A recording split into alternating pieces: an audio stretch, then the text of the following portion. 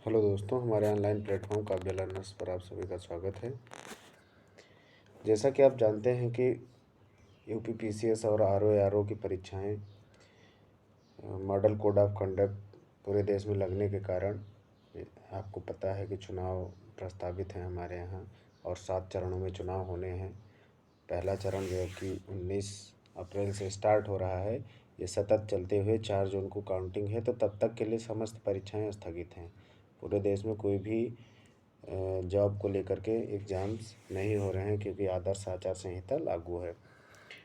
लेकिन हमें जो है अपनी तैयारी को और बेहतर करने के लिए ये जो हमें समय मिला है, इसका हमें एक बेहतर ढंग से उपभोग करना है और अपनी तैयारी को और भी बेहतर बनाने की दिशा में प्रयास करना है। इसी कड़ी में हम आज आपके लिए एक वीडियो लेकर के आए हैं और हमारा प्रयास रहेगा कि अब से यानी कि आज से आगे आने वाले प्रत्येक दिन हम आपके लिए एक वीडियो लेकर के आएंगे जो कि यूपीपीसीएस और आरओ के लिए बहुत ही महत्वपूर्ण होने वाला है आपके लिए।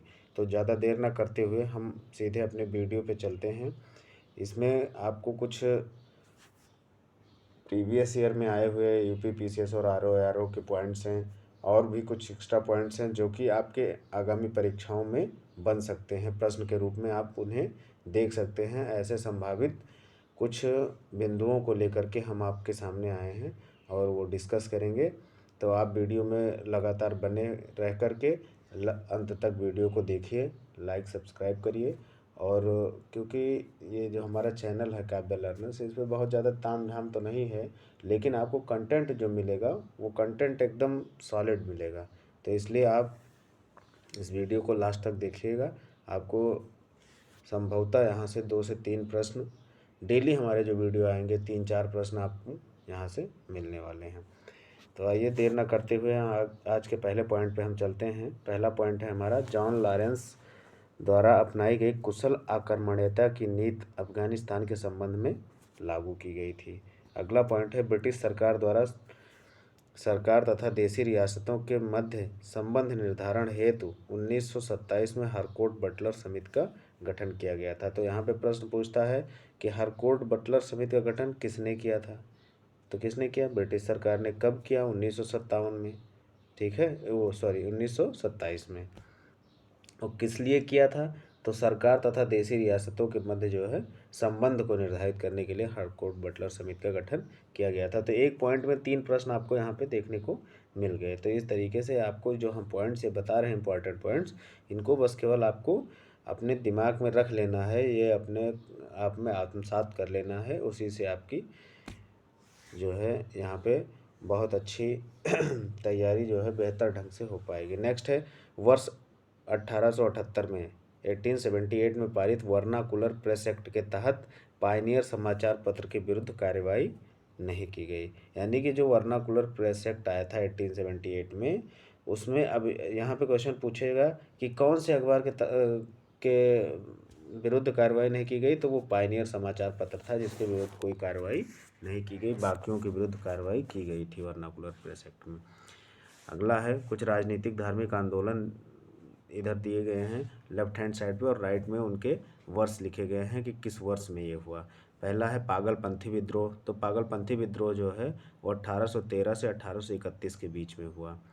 नेक्स्ट है वहाबी आंदोलन, ये 1820 से लेकर के 1870 तक चला। नेक्स्ट है कूका आंदोलन। कूका आंदोलन 1840 में हुआ। नेक्स्ट है सन्यासी आंदोलन। सन्यासी आंदोलन जो है वो 1763 से लेकर के 1800 ईस्वी तक चला, लंबे समय तक ये सन्यासी आंदोलन चला। नेक्स्ट है, कुछ समाज सुधार अधिनियम दिए गए हैं और उस समय कौन गवर्नर जनरल था, ये दिया गया है आपको राइट हैंड साइड पे। यहाँ से बहुत सारे प्रश्न वन लाइनर बन जाते हैं, तो आपको यह ध्यान रखना है। जैसे दास प्रथा निषेध अधिनियम जब आया तो गवर्नर जनरल जो भारत के थे लॉर्ड एलनब्रो। नेटिव मैरिज एक्ट, तो उस समय लॉर्ड नॉर्थब्रुक थे। शारदा एक्ट जब आया तो लॉर्ड इरविन था। सम्मति आय अधिनियम, यानी कि 12 वर्ष से कम के बच्चों के विवाह पर रोक लगाने की जो प्रथा, जो अधिनियम बना, उस समय लॉर्ड लैंसडाउन गवर्नर जनरल था। नेक्स्ट है, वर्ष 1896 में अमेरिका में न्यूयॉर्क में वेदांत सोसाइटी का स्थापना स्वामी विवेकानंद द्वारा की गई थी। आप जानते हैं कि स्वामी विवेकानंद जो है वो शिकागो विश्व धर्म सम्मेलन में गए थे, जहाँ पे उन्होंने भारत की ओर से अपनी बात रखी और वो पूरे विश्व में प्रख्यात हो गई चीज़ें। तो वहीं न्यूयॉर्क में अमेरिका में वेदांत सोसाइटी की स्थापना स्वामी जी द्वारा की गई थी 1896 में। आप जानते हैं कि 12 जनवरी 1863 को कोलकाता में जन्म हुआ था स्वामी जी का, और राष्ट्रीय युवा दिवस के रूप में भी हम मनाते हैं 12 जनवरी को। नेक्स्ट है हिंदुस्तान सोशलिस्ट रिपब्लिकन एसोसिएशन, जिसे HSRA कहा जाता है। HSRA की स्थापना 10 सितंबर 1928 को की गई थी। नेक्स्ट है सैंडर्स की हत्या। सैंडर्स की हत्या जो है 17 दिसंबर 1928 को हुई।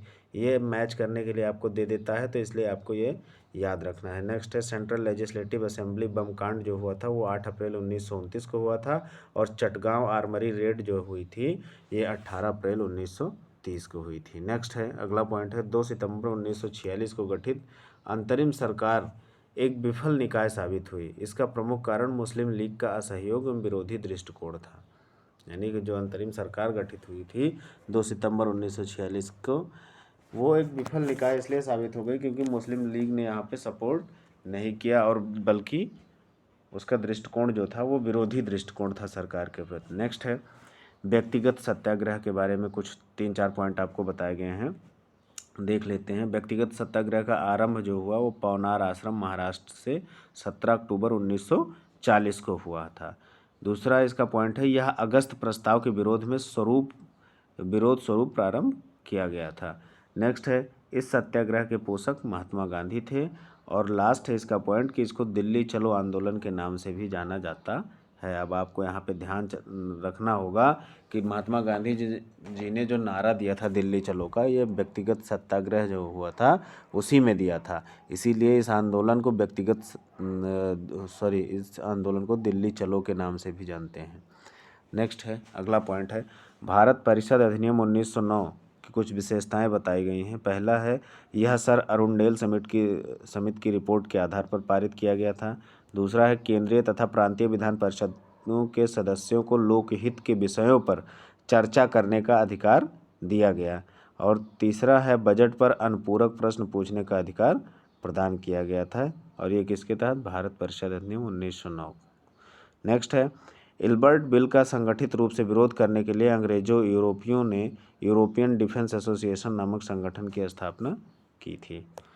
नेक्स्ट है कर्नाटक के प्रथम युद्ध को सेंट थोमे का युद्ध नाम से भी जाना जाता है। अगला है देवपाड़ा अभिलेख का संबंध बंगाल के शासक विजय सेन से है। नासिक अभिलेख गौतमी बलश्री जानते हैं, जो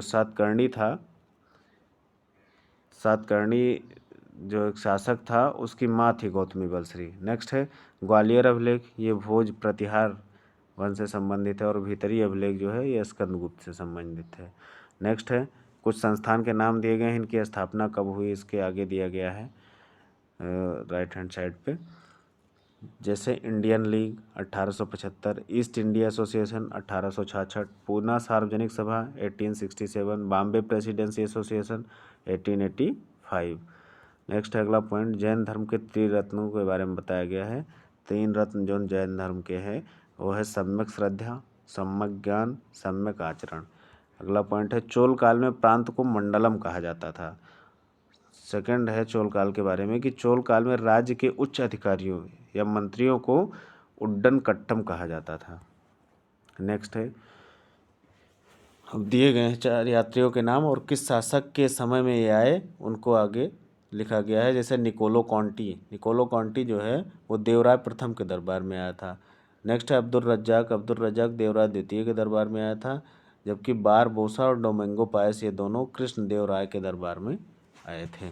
नेक्स्ट है कुछ रचनाएं दी गई हैं, रचनाकार के नाम दिए गए जैसे नाट्यशास्त्र भरत के द्वारा लिखा गया है, नीतिसार कामंदक, गाथा सप्तशती हाल, वासव दत्ता सुबंधु।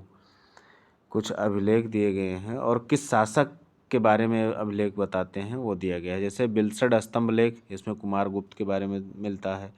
प्रयाग प्रशस्ति, ये समुद्रगुप्त के बारे में यहाँ पे उल्लिखित है। नेक्स्ट है मंदसौर अभिलेख कुमारगुप्त के बारे में बताता है। और एरण अभिलेख, ये बुद्धगुप्त के बारे में जानकारी यहाँ से मिलती है।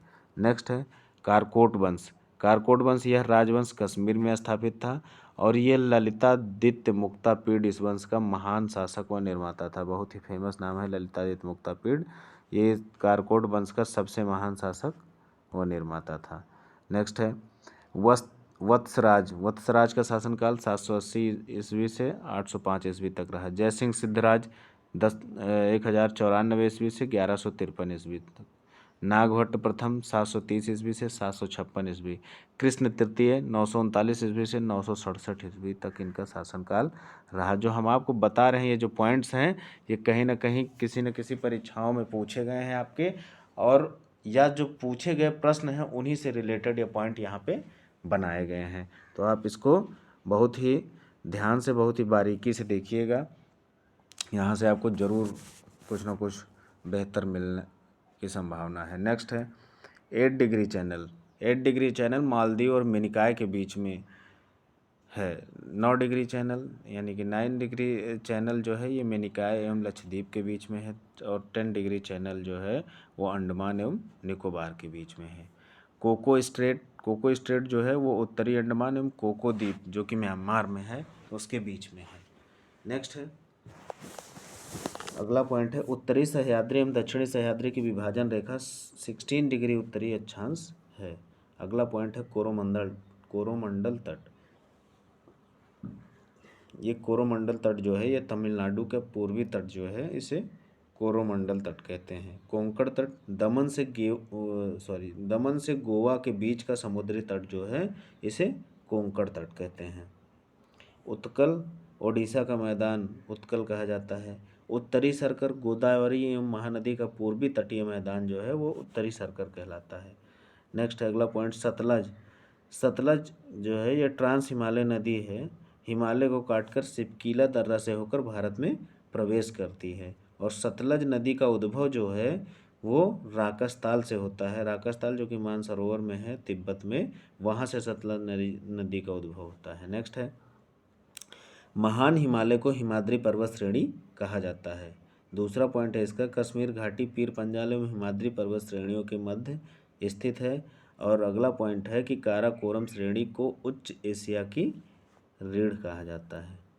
अगला है सूची 1 सूची 2 से सुमेलित करना था। इसमें ख्वाजा मोइनुद्दीन चिश्ती ये चिश्तिया संप्रदाय, शेख अहमद सरहिंदी नक्शबंदिया, दारा शिकोह कादरिया, शेख शहाबुद्दीन सोहरावर्दिया। अगला पॉइंट है गुरु नानक देव निपखवाद के संस्थापक थे।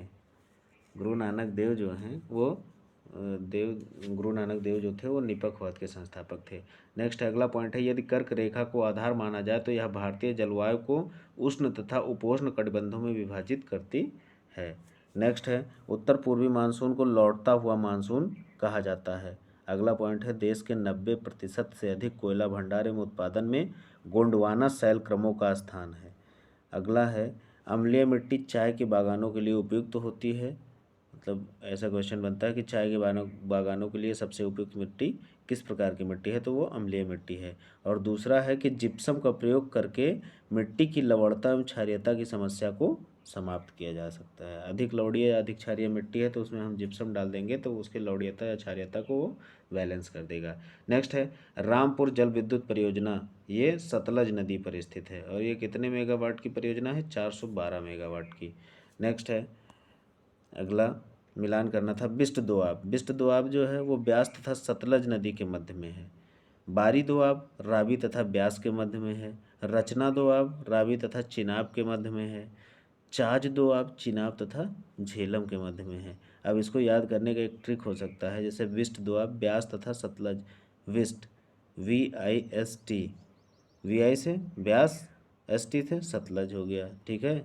ऐसे रावी तथा ब्यास, बारी दोआब VARI तो ब्यास BYAS ब्यास हो गया, R से रावी हो गया, ठीक है। रचना दोआब तो रानी और चिनाब के मध्य में है तो R से रावी, C से चिनाब, RC, ठीक है। चाज CJ चिनाब झेलम, ठीक है। तो इस तरीके से आप छोटे छोटे अपने देखिए ट्रिक जो होती है ये किसी के बनाए हुए ट्रिक पे आप किसी भी कंटेंट को याद नहीं कर सकते हैं। आप खुद के माइंड में उसको याद सहज रूप से आप कैसे याद कर सकते हैं, उसके लिए एक माइंड में अपने खुद का ट्रिक बनाइए और उसी ट्रिक के अकॉर्डिंग चीज़ों को याद रखिए, क्योंकि इतना ब्रॉड सिलेबस है, सब कुछ ऐसे रख पाना जैसा है वैसे का वैसा आप आत्मसात कर ले जाए, ये संभव नहीं हो पाता है। और इसलिए जो है हम छोटे छोटे कुछ ऐसे ट्रिक्स बनाते हैं, कुछ ऐसे फार्मूलाज अपने दिमाग में क्रिएट करते हैं, उनके अकॉर्डिंग हम चीज़ों को याद रखते हैं। नेक्स्ट है, भारत के जलप्रपात दिए गए हैं, उनकी अवस्थिति कहाँ है, कहाँ वो स्थित है। जैसे बरकाना, बरकाना कर्नाटक में है, पलानी हिमाचल प्रदेश, चचाई मध्य प्रदेश, खंडाधार ये उड़ीसा में है।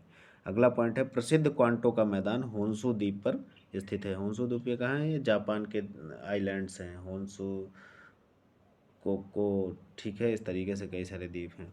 नेक्स्ट है, इंडोनेशिया का सर्वाधिक जनघनत्व वाला द्वीप जावा है। अगला है, कुछ क्षेत्र दिए गए हैं और किस चीज़ का उत्पादन वहाँ सबसे ज़्यादा होता है उसके बारे में बताइए। जैसे बेका घाटी लेबनान में है, यहाँ पे सेब का उत्पादन होता है। अगला है, बरहन पहाड़ी, बरगन पहाड़ी ये कुवैत में है, यहाँ ये तेल का क्षेत्र है, तेल उत्पादित होता है यहाँ पे।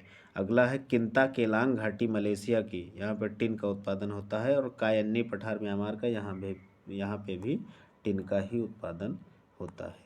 नेक्स्ट है, फिर से सूची 1 को 2 से सुमेलित करना था। जैसे फियर्ड तट है, फियर्ड तट जो है ये नॉर्वे का तट है। अगला है रिया तट, रिया तट ये भारत के पश्चिमी तट का उत्तरी भाग है। नेक्स्ट है, निर्गत समुद्र तट, निर्गत समुद्र तट जो है ये गुजरात का काठियावाड़ तट है। और हैफा तट जो है ये यूरोप का बाल्टिक तट है। नेक्स्ट है, अगला पॉइंट है, ड्रैकेंसबर्ग पर्वत के ज्वालामुखी का प्लेट विवर्तनिकी द्वारा स्पष्टीकरण नहीं किया जा सकता है। अगला है, गोंडवाना क्रम की चट्टानों का निर्माण कार्बोनीफेरस काल में हुआ था। नेक्स्ट है, एल्युमिनियम संयंत्र दिए गए हैं और इनसे जो विद्युत प्राप्ति होती है उस परियोजना का नाम क्या है वो बताया गया है। जैसे हिंडाल्को रिहंद परियोजना, मालको मेट्टूर परियोजना, बाल्को कोरबा ताप विद्युत गृह। और अगला है नाल्को, नाल्को जो है वो अंगुल ताप विद्युत गृह के नाम से जाना जाता है। नेक्स्ट है, जलप्रपात, और किस नदी पे है ये, तो जैसे शिव समुद्रम जलप्रपात कावेरी नदी, धुआंधार जलप्रपात नर्मदा नदी, जोग जलप्रपात शरावती नदी, और गोकाक प्रपात जो है ये घाट प्रभा नदी पे है। नेक्स्ट अगला पॉइंट है, ऐसे विधेयक जो राजस्व तथा व्यय से संबंधित होते हैं वित्त विधेयक कहलाते हैं। अनुच्छेद 117 में वित्त विधेयकों के संबंध में उपबंध दिए गए हैं। नेक्स्ट है, सदाबहार वन के वृक्ष, सदाबहार वन के जो वृक्ष हैं मूल रूप से वो रोजवुड, महोगनी, सिनकोना ये सब सदाबहार वन के वृक्ष है, इसमें कभी पतझड़ नहीं आता है। नेक्स्ट है, कुछ अनुच्छेद दिए गए हैं उनमें क्या किन चीज़ों का प्रावधान है वो बताया गया है। जैसे 243 का, 243 का में ग्राम सभा का वर्णन है। 243 घा पंचायतों के गठन की बात कही गई है। 243 गा पंचायतों की संरचना की बात कही गई है। और 243 घा में अनुसूचित जाति या अनुसूचित जनजाति के स्थानों का आरक्षण के बारे में बताया गया है। नेक्स्ट अगला पॉइंट है, राष्ट्रपति अनुच्छेद 342 के तहत किसी जाति को अनुसूचित जाति की सूची में शामिल कर सकता है। जैसा कि आप जानते हैं राष्ट्रपति जो होता है वो हमारे देश का प्रथम नागरिक है, ठीक है। और राष्ट्रपति को बहुत सारी संवैधानिक शक्तियाँ उसमें निहित होती हैं। तो वो अगर किसी जाति को देखे कि उसका जो है बहुत ज़्यादा पिछड़ा है, जाति बहुत पिछड़ी है, बहुत शोषित है और उनका विकास नहीं हो पा रहा है आज की इस व्यवस्था में, तो उनको आरक्षण का लाभ देने के लिए और तमाम सुविधाओं का लाभ देने के लिए अनुसूचित जनजाति की सूची में शामिल कर सकता है। नेक्स्ट है, भारतीय संविधान में ऐसे विषय जो समवर्ती या राज्य सूची में प्रगणित नहीं हैं पर संसद को विधि बनाने की शक्ति प्रदान की गई है। यानी कि ऐसे सब्जेक्ट्स जो कि कॉन्करेंट लिस्ट या स्टेट लिस्ट में नहीं दिए गए हैं, यानी कि वहाँ पे शामिल नहीं हैं, उस पर विधि बनाने की शक्ति जो है संसद को दी गई है। नेक्स्ट है, कुछ घाटी दी गई हैं और कहाँ स्थित हैं उनके बारे में बताया। जैसे प्लीजेंट घाटी ये अमेरिका में है, एब्रो घाटी स्पेन में है, ब्लैकवुड घाटी ऑस्ट्रेलिया में है, जबकि लायर घाटी जो है ये फ्रांस में है। नेक्स्ट है, आकार की दृष्टि से पृथ्वी का सबसे बड़ा सक्रिय ज्वालामुखी माउना लोआ है जो कि हवाई द्वीप पर स्थित है। अगला है, कुछ देश दिए गए हैं उनकी राजधानी आगे बताई गई। जैसे सेशेल्स ये विक्टोरिया इसकी राजधानी है, Botswana Gaborone, Honduras Tegucigalpa, Uganda इसके युगांडा की राजधानी कंपाला। आप देखिए कि बहुत बार ये यूपीपीसीएस और आरओ या बीईओ इन सब का ये पेट क्वेश्चन है। आपको राजधानी मतलब जो देश हैं अन्य देशों के और इस तरीके के घाटी, ये सारे क्वेश्चंस ज़रूर, एक दो क्वेश्चन आपको ज़रूर देखने को मिलेगा। नेक्स्ट है, अगला पॉइंट है, उत्तरी अटलांटिक प्रवाह पश्चिमी यूरोपीय भागों में वर्षा कराती है क्योंकि गर्म धाराएं अपने साथ आने वाली आर्द्र पवनों को समाहित करते हुए वर्षा कराती हैं। नेक्स्ट है, पछुआ पवन पश्चिमी यूरोपीय तुल्य जलवायु के विकास का कारण है। अगला है, वायु राशियों की उत्पत्ति अनुकूल दशा, यह वायु राशियों की उत्पत्ति की अनुकूल दशा यह है कि वायुमंडलीय दशाएं लंबे समय तक स्थिर रहनी चाहिए। नेक्स्ट है, अदृश्य व्यापार की मदें। अब जो अदृश्य व्यापार की मदें हैं उसमें वस्तुओं की परिवहन लागत, प्रवासियों द्वारा प्रेषित राशि, बीमा के प्रीमियम का भुगतान, ये एक तरीके से आपको डायरेक्टली ये नहीं दिख रहा है कि ये यहाँ पे कोई इस तरीके का बिजनेस हो रहा है। ठीक है, जैसे कोई वस्तु एक जगह से दूसरी जगह जाती है तो उसका किराया जो देना पड़ता है वो डायरेक्ट वे में कस्टमर से नहीं लिया जा रहा है, लेकिन वो उसमें इंक्लूडेड है। जब आप सामान परचेज करेंगे तो उसमें ऑलरेडी वो मेंशन करके ही, भाई कोई अपने घर से थोड़ी ना देगा, तो वो उसमें मेंशनड है, लेकिन वो हमें दिख नहीं रही, इनविजिबल है। अगला पॉइंट है, अप्रैल 1995 में नाबार्ड के तहत एक नई ग्रामीण आधारित संरचनात्मक विकास निधि की स्थापना की गई थी। नेक्स्ट है, अंतर्राष्ट्रीय व्यापार में प्रयुक्त मुद्राओं की तुलना में देश की मुद्रा का मूल्य घट जाना मुद्रा अवमूल्यन कहलाता है।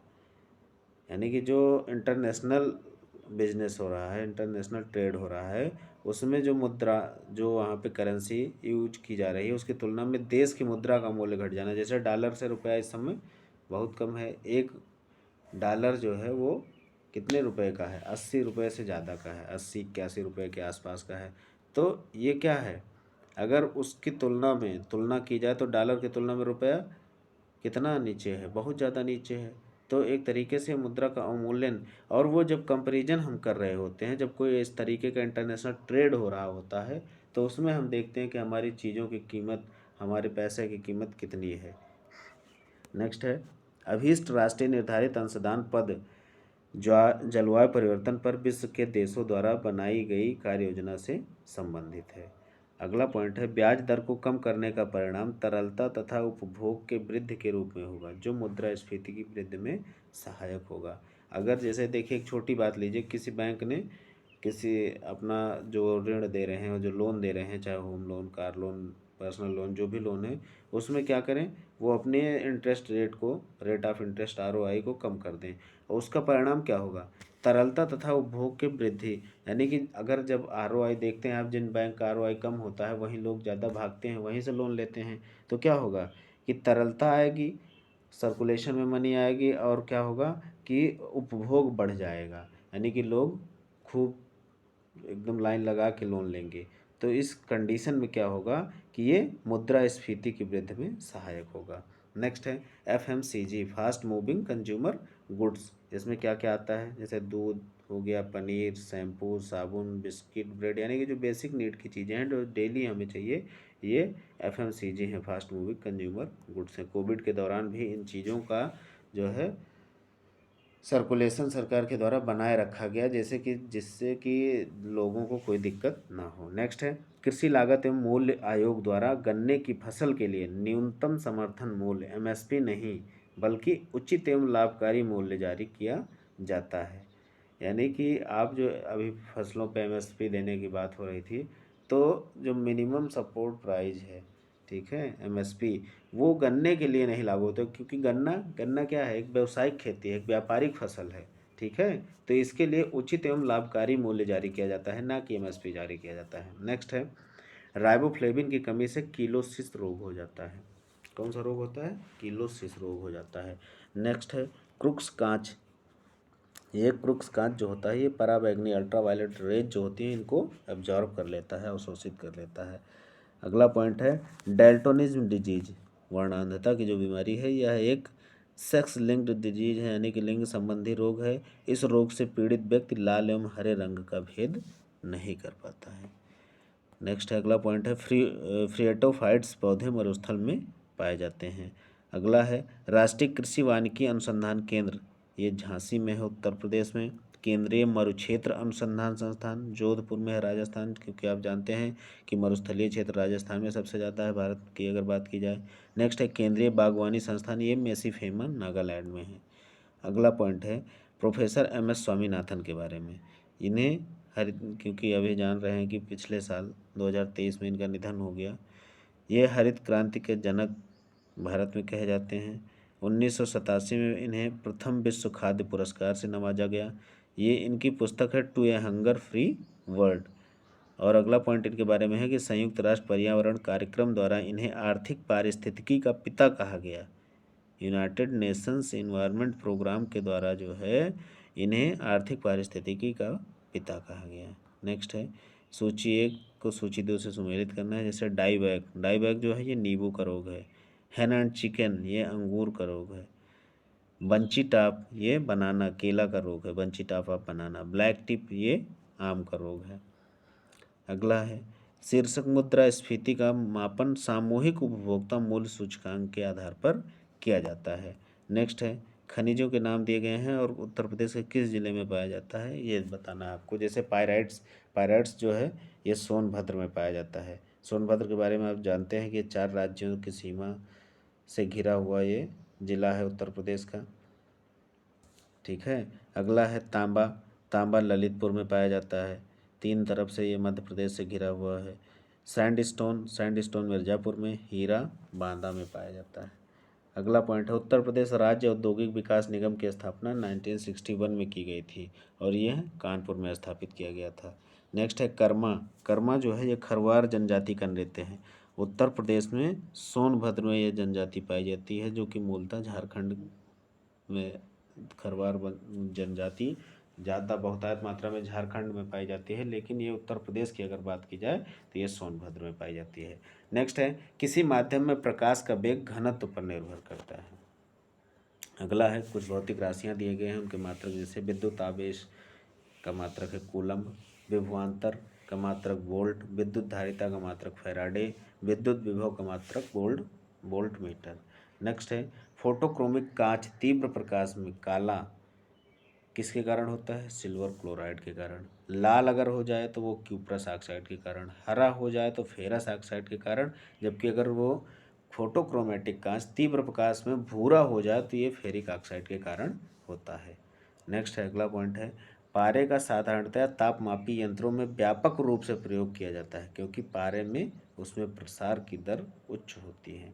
नेक्स्ट है जब किसी गतिमान वस्तु की चाल मैक संख्या 1 से अधिक हो तो उसे पराध्वनिक चाल कहते हैं। अगला पॉइंट है माइक्रोफोन विद्युत चुंबकीय प्रेरण के सिद्धांत पर कार्य करता है। माइक्रोफोन ध्वनि ऊर्जा को विद्युत ऊर्जा में कन्वर्ट कर देता है। नेक्स्ट है अगला पॉइंट है Indian institute of ecology and environment IIEE, ये नई दिल्ली में स्थित है।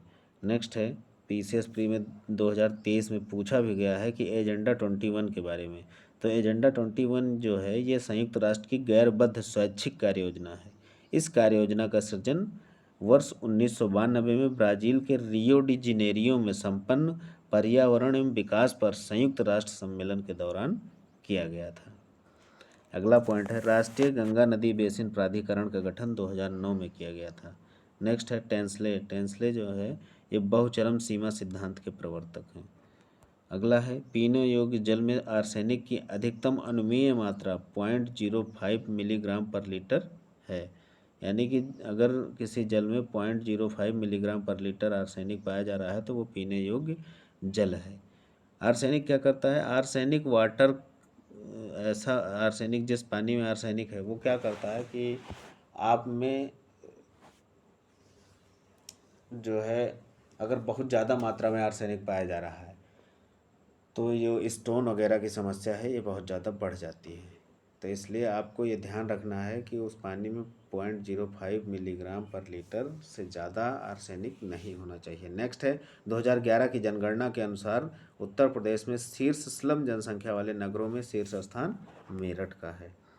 नेक्स्ट है पेट्रोलियम निर्यातक देशों का संगठन, organisation of petroleum exporting countries, OPEC जिसे कहते हैं। इसकी स्थापना बगदाद इराक में 1960 में हुई थी। इराक की राजधानी है बगदाद। इसका मुख्यालय वियना ऑस्ट्रिया में है। नेक्स्ट है कुछ संस्थान के नाम दिए गए हैं, उनकी स्थापना कब हुई। जैसे ललित कला अकादमी 1954, राष्ट्रीय नाट्य विद्यालय 1959, एशियाटिक सोसाइटी 1784, भारतीय राष्ट्रीय अभिलेखागार 1891। नेक्स्ट है सुन्नी बांध जल परियोजना, ये हिमाचल प्रदेश में है। अगला है स्टैच्यू ऑफ प्रॉस्पेरिटी, ये नाड प्रभु कैंपेगौड़ा की मूर्ति है जो कि बेंगलुरु में लगाई गई है। पीएम मोदी द्वारा इसका उद्घाटन जनवरी 2023 में किया गया। नेक्स्ट है जनवरी 2023 में विशाखापत्तनम रेलवे स्टेशन को उच्चतम प्लेटिनम रेटिंग के साथ हरित रेलवे स्टेशन का प्रमाण पत्र प्रदान किया गया। आप जानते हैं विशाखापट्टनम जो है वो आंध्र प्रदेश में है। नेक्स्ट है दिसंबर 2022 में नासा द्वारा स्वाट अंतरिक्ष यान को लॉन्च किया गया। इसका उद्देश्य पृथ्वी के जल का सर्वेक्षण करना है। अगला पॉइंट है दिसंबर 2022 में तमिलनाडु ने अपने राजकीय पशु नीलगिरी तहर के संरक्षण हेतु पहल की शुरुआत की है। नेक्स्ट है फरवरी 2023 में एरो इंडिया 2023 का आयोजन बेंगलुरु में किया गया है। अगला है जनवरी 2023 में गवर्नमेंट ऑफ इंडिया द्वारा नित्यानंद राय की अध्यक्षता में लद्दाख की संस्कृति, भाषा एवं रोजगार की रक्षा हेतु एक समिति का गठन किया गया।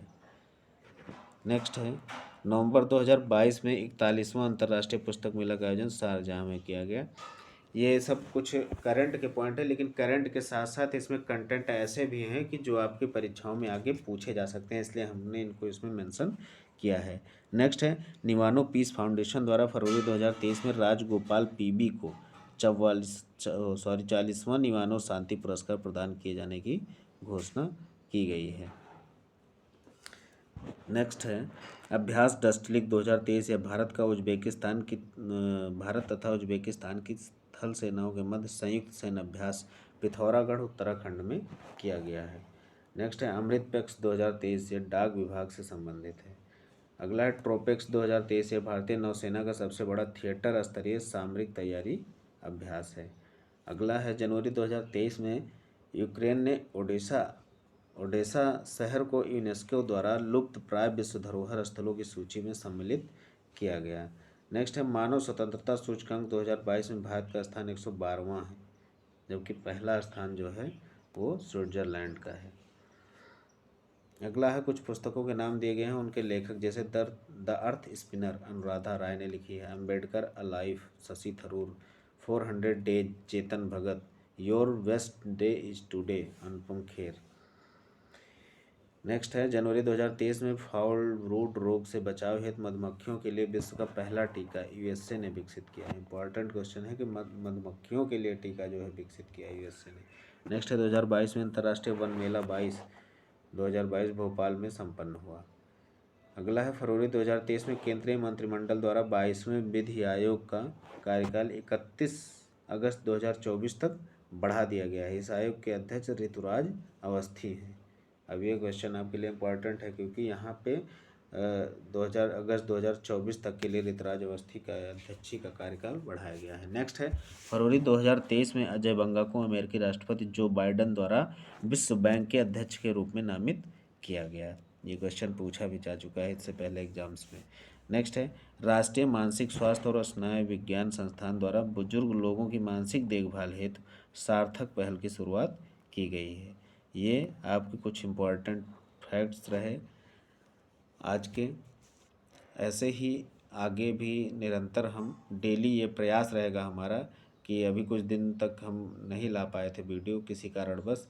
अब निरंतर हमारा ये प्रयास रहेगा कि डेली आपको एक वीडियो प्रोवाइड करवाया जाए जिसके माध्यम से आप एक बेहतर कंटेंट आपको प्राप्त हो सके और आप अपनी तैयारी को और बेहतर ढंग से कर सकें। यही समय है और सही समय है आपकी तैयारी का। जो आपको मौके मिल रहे हैं इन मौक़ों को दोनों हाथ से पकड़ना है और अपने तैयारी को निरंतर शार्प करते जाना है, क्योंकि जो ये समय है इस समय का अगर आप बेहतर ढंग से उपभोग कर ले जाते हैं तो आप परीक्षा में अपनी एक सीट पक्की कर सकते हैं। आज के लिए इतना ही, आगे मिलते हैं और भी रोचक तथ्यों के साथ अगले वीडियो में। तब तक के लिए नमस्कार।